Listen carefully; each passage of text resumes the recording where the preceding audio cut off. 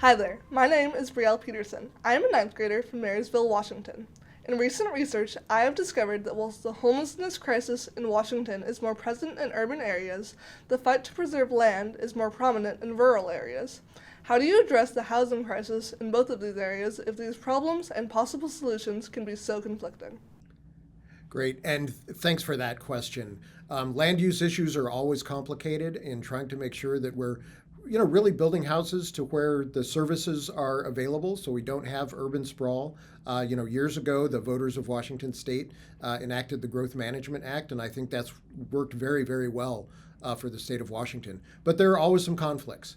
But we know that the or the homelessness problem is actually statewide. There are a lot of people in our rural communities that are living without shelter. It might be a little more obvious in our urban communities. So we want to make sure that we're building affordable housing everywhere that we can, and things like emergency shelters and permanent supportive housing, and some of the other things that people that are really suffering in our communities can have access to. So we have some bills that are more rural focused. So I've got a bill dealing with rural development and trying to get the missing middle housing in more of our rural areas of Washington State. We also have a rural ADU bill to really address the housing crisis in our rural areas. Again, making sure that we're not doing urban sprawl, and then really working on densifying some of the housing in our urban areas. So we have concentration around transit, for example, is one of the things that we're really working hard on.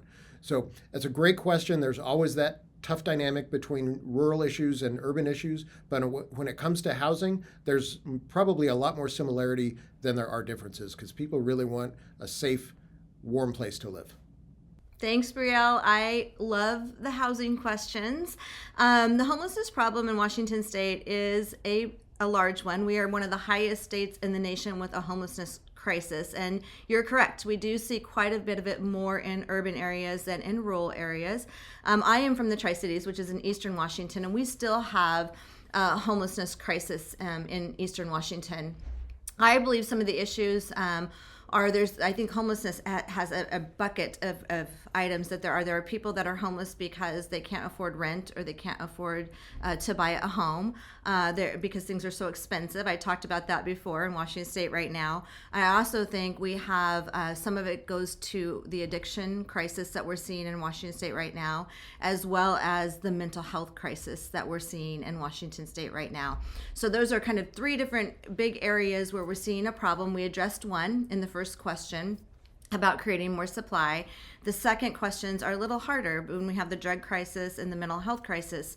I can tell you in my community, which I believe is leading right now in Washington State, we have taken an old hospital, and in that old hospital we are turning that into a recovery center, which our constituents in Eastern Washington voted on and decided to help pay for that through a tax, because we realized that that was a huge problem in Washington State. So this recovery center will be opening their doors. They'll be doing it incrementally, but they'll be opening their doors in Eastern Washington in about January of this year.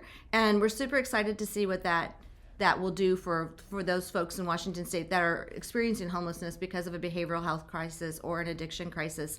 It's important to help these folks get into these recovery centers, to be able to work on their lives, to help get themselves back together, to help give them a hand up so that they can enter the community again with people supporting them behind them. So we're excited in Eastern Washington to actually have this recovery center. I'm hoping that we will lead Washington State in this effort, and we will start seeing more communities and cities around Washington State do what we're doing in the Tri-Cities. So excited about that opportunity and wish it was happening sooner, but that is something that we're working on and is really important to myself and our community in Eastern Washington. The other piece about the land where you said that maybe that the people in rural Washington didn't want to expand land because of, I'm thinking like agriculture, or I'm not sure exactly on the question, but I actually have been running a lot of bills to be able to expand land in Eastern Washington. We have what's called the Growth Management Act, and on that portion, we have these imaginary lines where we can't expand our cities. And so what I was trying to do is do a bill this year that allowed for the expansion of a city past those imaginary growth boundary lines if there was infrastructure that was already paid for by the cities and counties, meaning infrastructure, meaning water, sewer, electricity running down the street. And so if you live in a town and you have houses on one side of the street and then there's nothing on the other side because it butts up to these imaginary boundary lines that are defined in state statute, that you could actually use that other side of the street for housing, just so we could help with our housing crisis.